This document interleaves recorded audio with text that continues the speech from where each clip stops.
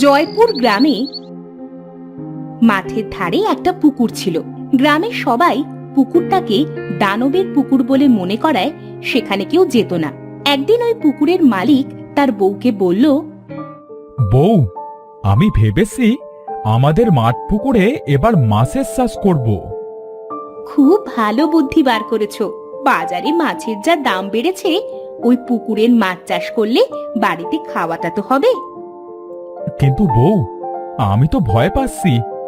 বাপ দাদাদের মুখে শুনেছি ওই পুকুরে নাকি একটা দানব থাকতো।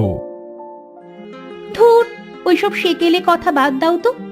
যদি পুকুরে নতুন পানি দিয়ে মাছ ছাড়ো, দেখবে সেখান থেকে মাছ ফুরাবেই না। তা কথা মন্দ বলনি। আমি তো ভেবেছিলাম আমরা পুকুরের ওপারে একটা ঘর বানিয়ে সেখানে থাকবো। আচ্ছা ঠিক আছে, তাহলে তাড়াতাড়ি ঘরের কাজে হাত দাও। বাড়ির ভেতর একটা পুকুর থাকলেও সুবিধা হয়।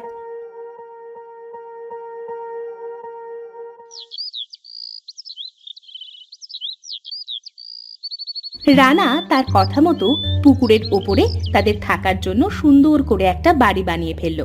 রানা তার পরিবার নিয়ে সেই বাড়িতে থাকতেও শুরু করলো। তাদের মেয়ে রেনু বলল, মা, আমাদের নতুন বাড়িটা খুব সুন্দর হয়েছে, আর বাড়ির সাথে পুকুরটাও বেশ মানিয়েছে বলো। হ্যাঁ মা, কাল আমাদের পুকুরে মাছ ছাড়বো, আর কিছুদিন পরে আমরা পুকুরের মাছ খেতে পারবো। কি মজা হবে, কি মজা হবে। পরের দিন রানা তার পুকুরে মাছ ছাড়লো। পুকুরে গ্রামের অনেকে গোসল করতে আসলো।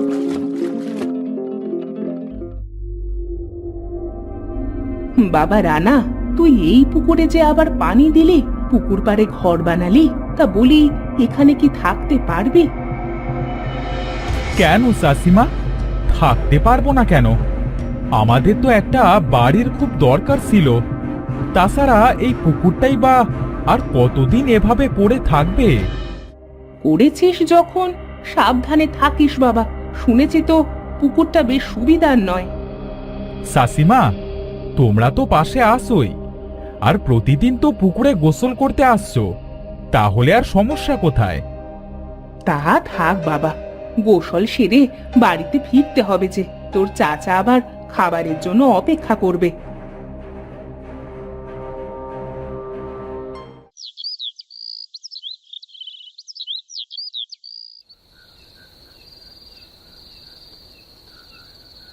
সেদিন মাঝরাতে তারা শুনতে পেল পুকুরের খুব পানির শব্দ হচ্ছে, আর হাড়ের ভাঙার খুব শব্দ হচ্ছে।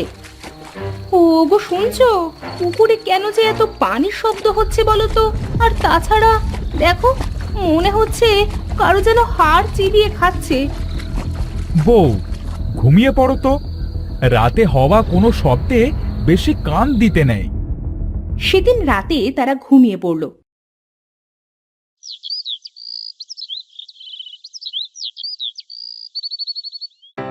পরের দিন সকালে সীমা পুকুর পাড়ে গিয়ে দেখে পুকুরটা একদম স্বাভাবিক, ঠিক আগের মতো। না, আমারই হয়তো বা কোনো ভুল হয়েছিল। যাই, বাসি কাজগুলো করে নি। সেদিন দুপুরে অনেকেই পুকুরে গোসল করতে এলো। এই, তোরা ঘাটে থাকিস কিন্তু, আমি একটু সাঁতার কেটে আসি। আমাকে রেখে আবার চলে যাস না তোরা। আরে না না, উঠবো না। তুই ওই দিক থেকে একটু সাঁতার কেটে আয়, তবে তাড়াতাড়ি। যারা পুকুরের মাঝে সাঁতার কাটতে লাগলো। সাঁতার কাটতে কাটতে হঠাৎ তার পা ধরে নিচে কেউ যেন টানতে লাগলো। যারা চিৎকার করে উঠলো, কেউ আমাকে বাঁচাও, আমার পা ধরে কেউ নিচে টানছে। কি রে যারা, তোর আবার কি হয়েছিল? এইভাবে চিৎকার করলি কেন? জানিস, কেউ মনে হচ্ছিল আমার পাটা ধরে নিচের দিকে নিয়ে যাচ্ছিল। আরে না না, ওটা তোর মনের ভুল। পানির নিচে হয়তোবা তোর পা কিছুতে আটকে গেছিল। হবে হয়তো। ভয়ে আমার তো দম বন্ধ হয়ে যাচ্ছিল। চল চল, এবার বাড়ি ফিরি। তারা পুকুর থেকে বাড়ি চলে গেল।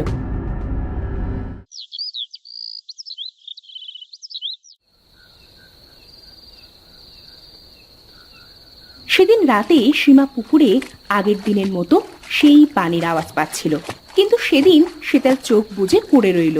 হঠাৎ তাদের মেয়ে রাতে জোরে একটা চিৎকার দিল। ও গো, তাড়াতাড়ি ওঠো, আমার মেয়েটা পাশের রুমে কান্না করছে। হ্যাঁ, তাড়াতাড়ি চলো। তারা দুজন রেনুর ঘরে গিয়ে দেখল সে খাটের একপাশে গুটিসুটি দিয়ে বসে আছে। সীমা তাকে জড়িয়ে ধরে বলল, কি হয়েছে মা, এইভাবে চিৎকার করলি কেন? মা, জানলার ওই পাশে একটা বিশাল দানব এসে আমাকে ডাকছিল। সে বলল আমাকে নাকি খেয়ে ফেলবে। আরে পাগলি মেয়ে, তুই হয়তো বা কোনো খারাপ স্বপ্ন দেখেছিস। যা মা, আবার ঘুমিয়ে পড়। না বাবা, আমি কোনো স্বপ্ন দেখিনি, আমি সত্যি বলছি। এ বাড়িতে আমি আর থাকবো না বাবা। বউ, তুমি আজ মেয়েটার কাছেই ঘুমাও, হয়তোবা কোনো বাজে স্বপ্ন দেখেছে। সেদিন রাতে তারা মা মেয়ে সেই ঘরে ঘুমিয়ে গেল।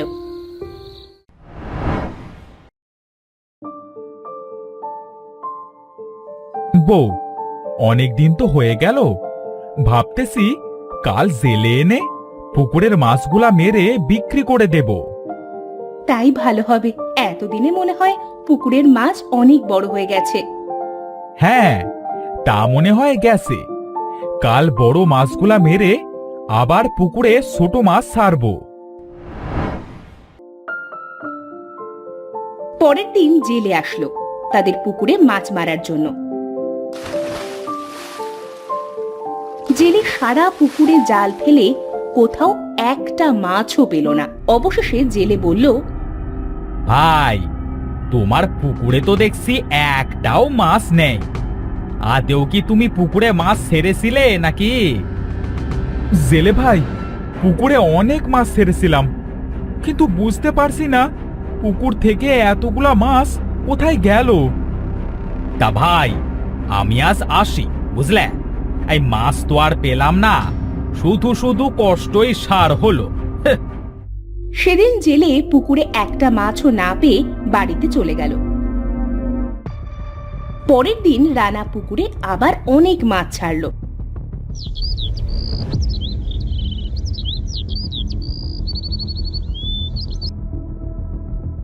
তাদের মেয়ে রেনু স্কুল থেকে এসে তার মাকে বলল, মা, মা খুব গরম লাগছে, আমি পুকুরে গোসল করতে গেলাম। যা, তবে তাড়াতাড়ি ফিরিস, না হলে কিন্তু জ্বর হবে। আচ্ছা মা, আমি এই যাব আর এই আসব। রেনু গোসল করতে পুকুরে চলে গেল। সে গোসল করতে গিয়ে দেখলো তার পা ধরে কেউ যেন টানছে। সে জোরে একটা চিৎকার দিল। সাথে সাথে সীমা পুকুরে চলে এসে বলল, কি রে মা, তোর আবার কি হলো? এইভাবে চিৎকার করছিস কেন? মা, জানো কি যেন আমার পা ধরে নিচে টেনে নিয়ে যাচ্ছিল। অনেক কষ্টে আমি ওপরে উঠে এসেছি। ধুর পাগলি, হয়তোবা তোর পা কিছুতে আটকে গিয়েছিল। হঠাৎ তারা দেখলো পুকুরের মাঝের পানিতে ভীষণ বুদবুদ করছে, আর কারো যেন কালো চুল পানিতে ভেসে আছে। ওই দেখো মা, পানিতে কারো চুল দেখা যাচ্ছে। এবার বিশ্বাস হলো তো? কাল থেকে পুকুরে আর গোসল করতে আসিস না মা। তারা দুজন বাড়ি চলে গেল।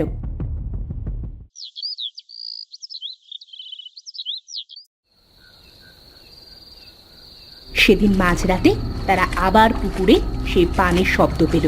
রানা তার বউকে বলল, বউ, চলো তো, আজ গিয়ে দেখি পানিতে এমন কিসের শব্দ হয়। যাবে? আমার কিন্তু খুব ভয় করছে। আরে আমি সাথে আসি তো, কিচ্ছু হবে না।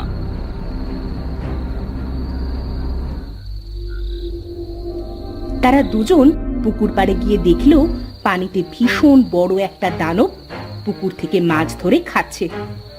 ওগো, এবার বুঝলে তো পুকুর থেকে মাছ কোথায় যায়? আমাদের পুকুর থেকে আগের মাছও এই দানবে খেয়ে শেষ করেছে। হ্যাঁ বউ, বাপ দাদাদের কথাই ঠিক ছিল।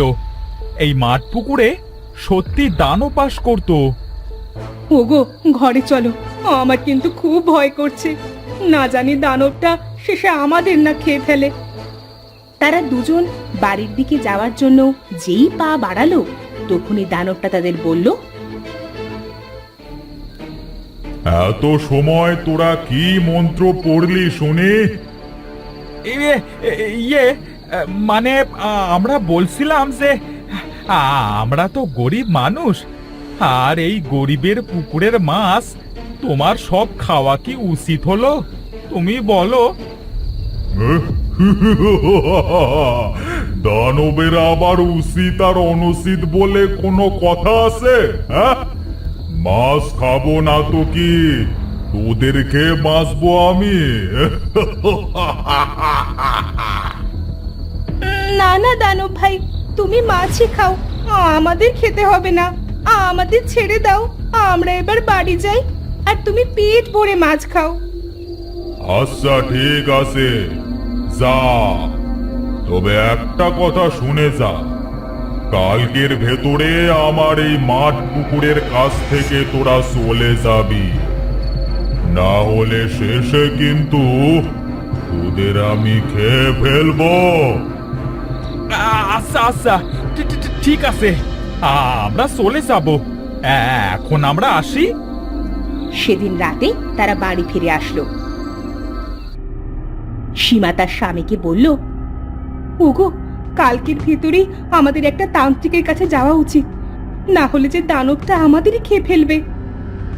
হ্যাঁ বউ, কালকের ভেতরেই আমি একটা তান্ত্রিক আনবো।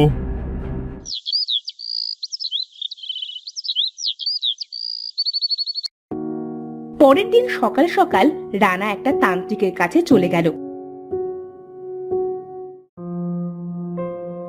সে গিয়ে তান্ত্রিকের কাছে সব খুলে বলল।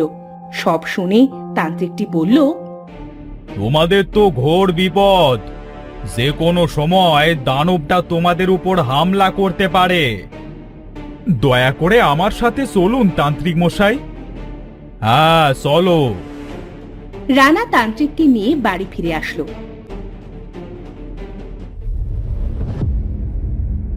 তারা সবাই তান্ত্রিকের সাথে পুকুর পাড়ে গেল। তখন তান্ত্রিকটা পুকুর পাড়ে গিয়ে মন্ত্র পড়া শুরু করলো। সাথে সাথেই দানবটা পুকুর থেকে উঠে আসলো। এই, কার এত বড় সাহস যে আমার উপর মন্ত্র পড়ে? আমি পড়েছি, কি করবি তুই? দাঁড়া, তোকে মজা দেখাচ্ছি।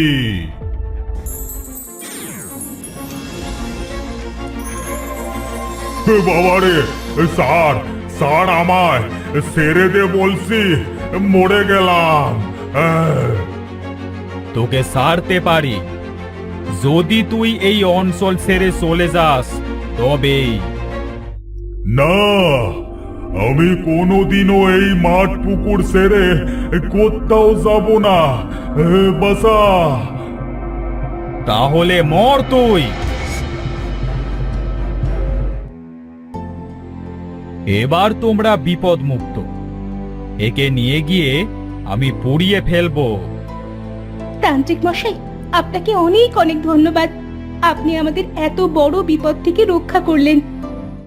কেউ বিপদে পড়লে সাহায্য করাই একজন মানুষের কর্তব্য। তোমরা ভালো থেকো, এবার আমায় যেতে হবে। তান্ত্রিকটা সেখান থেকে চলে গেল। এরপর থেকে মাঠ পুকুরটা দানব মুক্ত হলো। সবাই এখন নির্ভয়ে মাঠ পুকুরে কাজ করতে পারে।